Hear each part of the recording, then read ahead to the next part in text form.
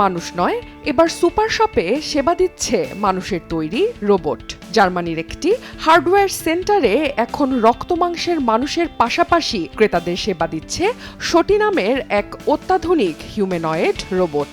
কৃত্রিম বুদ্ধিমত্তা ও যান্ত্রিক দক্ষতার সমন্বয়ে তৈরি এই রোবটটি বর্তমানে শহরটির অন্যতম প্রধান আকর্ষণে পরিণত হয়েছে। দক্ষিণ জার্মানির পকিং শহরের একটি হার্ডওয়্যার সেন্টারে ঢুকলেই এখন শোনা যাচ্ছে যান্ত্রিক এক অভিবাদন। হ্যালো, আমি রোবট, আপনাকে প্রয়োজনীয় পণ্য খুঁজে পেতে সাহায্য করছি। আপনার কি প্রয়োজন?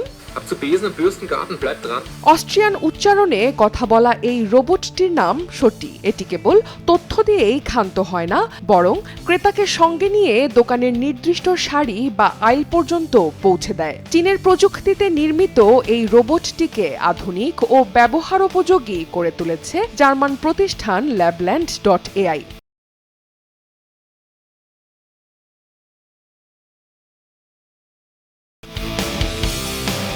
2026 সালের এপ্রিল থেকে পরীক্ষামূলকভাবে যাত্রা শুরু করা এই রোবটটির বিশেষত্ব হল এর পরিবেশ ভেদে বদলে যাওয়া ব্যক্তিত্ব। হার্ডওয়্যার স্টোরে সে গম্ভীর অস্ট্রিয়ান পুরুষ কণ্ঠে কথা বললেও পাশের টেলিকম স্টোরে তার কণ্ঠস্বর হয়ে যায় একজন নম্র জার্মানি নারীর মতো। এমনকি বিনোদনের পাশাপাশি এটি ক্রেতাদের কফিও অফার করতে সক্ষম। Hallo, ich bin die Schotti. Ich darf dich heute durch den Shop begleiten. অর্থনৈতিক বিশ্লেষণে শটি অত্যন্ত সাশ্রয়ী বলে দাবি করছে কর্তৃপক্ষ।